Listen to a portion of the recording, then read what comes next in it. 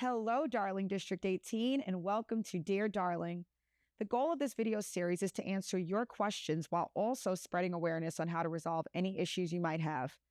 This series also works to demystify how government, myself, and my excellent team works for you. I am ready to answer today's question. So this came from, let's see, we'll just start with Dear Assemblywoman Darling.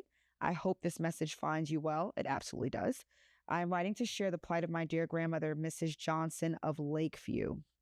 After decades of calling her house home, she's facing foreclosure due to financial struggles, particularly medical bills and loss of income.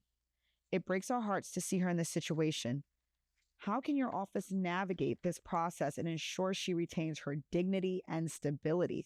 Wow. So Mrs. Johnson in Lakeview, I hate to say that you are one of many in our community and across the state of New York that are struggling with keeping your homes and affordability right now. Inflation is otherworldly. We know what grocery store bills are looking like, gas bills are looking like, and we definitely want to make sure that you feel secure. We have been able to provide many people in our community foreclosure support, and there are certain agencies that specialize in foreclosure assistance. So you've emailed us. So what we're going to do is we are going to call your number, and if you want to go ahead and beat us to that punch, you can call the office at 516-489-6610. You're going to ask for Wayne Hall Jr., and he is going to intake your issue, and we are going to pair you with the organization that we feel will best suit your needs right now.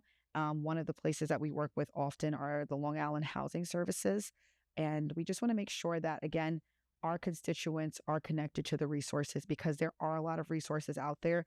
I think we are still falling short connecting individuals. So that is why this program and many other programs are so vital, so that we can all share these resources with our loved ones, with our neighbors, and we don't have to suffer unnecessarily, especially if there are resources here to serve us and we want to use them, right? So I want to give Mrs. Johnson our thoughts, and we really look forward to a resolution to this issue. We would love for you to stay in your home and have a great quality of life as you live in our district. So that is all for this week's Dear Darling. And as a reminder, you can find information for Dear Darling on my Instagram story and Twitter every Monday, or you can always email me at darlingt@nyassembly.gov or call our district office at 516-489-6610. Stay safe, and I'll see you next week.